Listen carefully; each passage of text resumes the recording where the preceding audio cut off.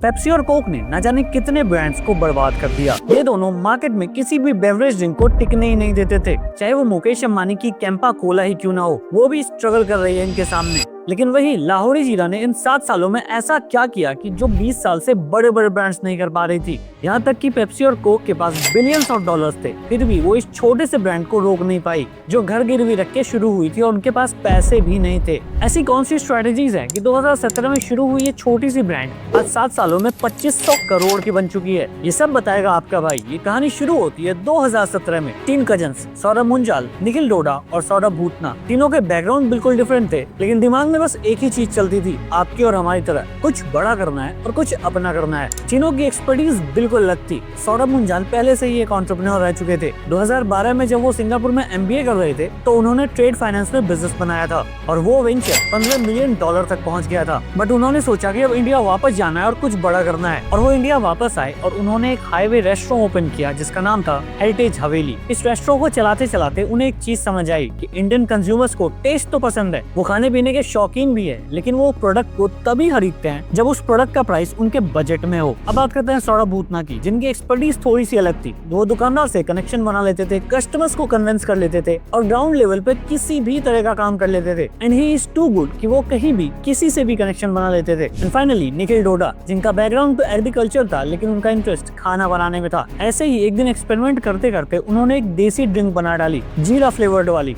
और जब शाम में तीनों भाई मिले तो निखिल ने कैजुअली दोनों भाई से पूछा, जरा इसको टेस्ट तो करना कैसा है। जैसे ही सौरभ मुंजाल ने एक सिप लिया, उनके मुंह से निकला, वाह भाई ये तो कमाल का है, बचपन की याद आ गई, इसे तो मार्केट में होना चाहिए। वहीं सौरभ भूतना का भी सेम रिएक्शन था। उनका मानना था कि इंडिया कितना भी हाईटेक हो ले, टेस्ट के मामले में आज भी इंडिया देसी फ्लेवर्स का दीवाना है। और यहीं से शुरू होती है लाहौरी जीरा की कहानी।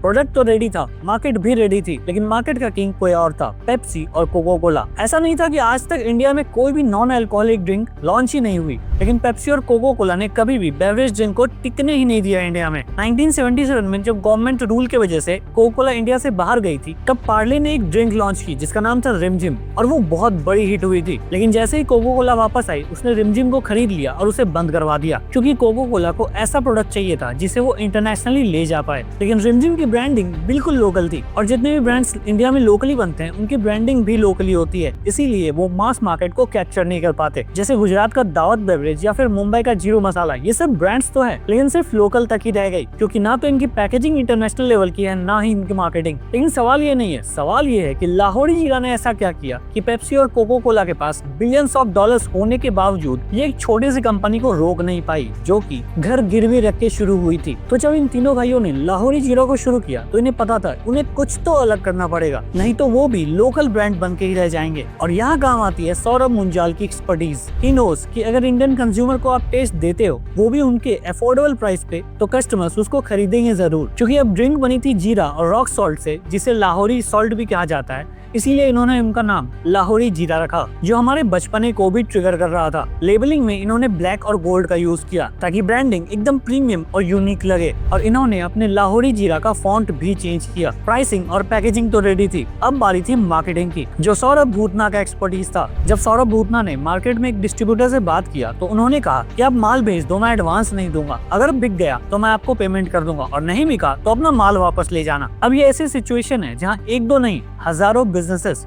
फंस जाते हैं, क्योंकि वो उधारी के दलदल में गिरते ही चले जाते हैं, और कैश फ्लो किसी भी धंधे की जान होती है। अब इनके पास 2 ऑप्शंस थे, या तो उस डिस्ट्रीब्यूटर को माल दे दे और वेट करे बिकने का, या फिर खुद ग्राउंड रियलिटी पे जाके दुकानों से कनेक्ट करे और दुकानों में खुद जाके माल बेच के आए। और इन्होंने दूसरा ऑप्शन चूज किया। लेकिन इन्होंने एक स्मार्ट मूव खेला। इन्होंने अपने प्रोडक्ट्स को, यानी कि लाहौरी जीरा को, अपने दुकानदारों को टेस्ट करवाया, और जब दुकानदार फीडबैक देते थे तो ये रात में बैठकर उन फीडबैक्स को एनालाइज करते थे और प्रोडक्ट को इम्प्रूव करते थे। वो धीरे धीरे प्रोडक्ट्स को इतना इम्प्रूव करते चले गए कि दुकानदारों ने खुद लोगों को इसे रिकमेंड करना शुरू कर दिया। यहाँ से आप भी सीख सकते हो कि अगर आपका प्रोडक्ट थोड़ा सा भी रेडी है ना, तो मार्केट में लॉन्च कर दो। मार्केट से जब फीडबैक आए ना, तो प्रोडक्ट को इम्प्रूव करो। कोई भी प्रोडक्ट पहली बार में परफेक्ट नहीं होता है। अब इनका बेस्ट क्वालिटी प्रोडक्ट तो तैयार था, लेकिन अब बारी थी इस प्रोडक्ट को सही मार्केट में लॉन्च करने की और सही ऑडियंस तक पहुँचाने की। इसीलिए इन्होंने अपने कस्टमर्स को समझा और middle class, lower middle class और स्टूडेंट्स को टारगेट किया। और लाहौरी जीरा ने अपने स्टॉक्स पान की दुकान, रेलवे स्टेशन, बस स्टैंड और कोचिंग सेंटर्स के आगे अवेलेबल करवाया, जहाँ दुकानदार खुद कस्टमर्स कस्टमर्स को लाहौरी जीरा सजेस्ट करते थे और धीरे धीरे उनका प्रोडक्ट हिट होने लगा। और कुछ टाइम के बाद इनके पास वही डिस्ट्रीब्यूटर वापस आया जो इन्हें एडवांस में पेमेंट नहीं दे रहा था, और इस बार उन्होंने एडवांस में पेमेंट भी दिया और बड़ा स्टॉक भी लिया। सब कुछ अच्छा चल रहा था कि 2021 में अचानक गवर्नमेंट पॉलिसी में चेंज हुए और कार्बोनेटेड ड्रिंक्स पे 40% का टैक्स लगा दिया गया। अब ये 10 के ड्रिंक बेच रहे थे, अगर 4 रुपए गवर्नमेंट को ही देती तो 6 रुपए में ये अपने प्रॉफिट्स कैसे निकालती,